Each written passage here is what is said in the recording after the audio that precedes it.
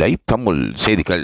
இந்த வாரம் சரிகமபா நிகழ்ச்சியில் பக்தி பாடலுக்கான ஏற்பாடுகள் மேற்கொள்ளப்பட்டிருக்கின்றன.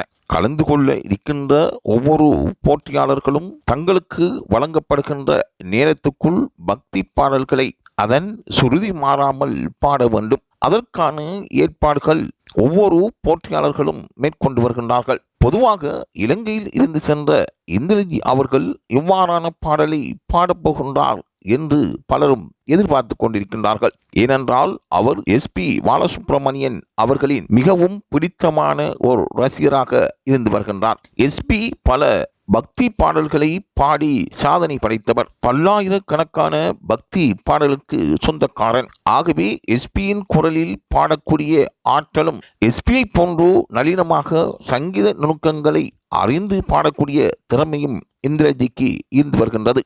ஆகவே இந்திரஜி அவர்கள் SP பாலசுப்ரமணியன் பாடிய எந்த பாடலை இந்த வாரம் பக்தி சுற்றுக்காக தெரிவு செய்ய போகின்றார் என்பதுவே இந்திரஜியின் ரசிகர்களின் எதிர்பார்ப்பாகும். ஆகவே அந்த எதிர்பார்ப்புடன் உலகம் பூராக இருக்கின்ற தமிழ் பேசும் உள்ளங்கள் காத்து கொண்டிருக்கின்றார்கள்.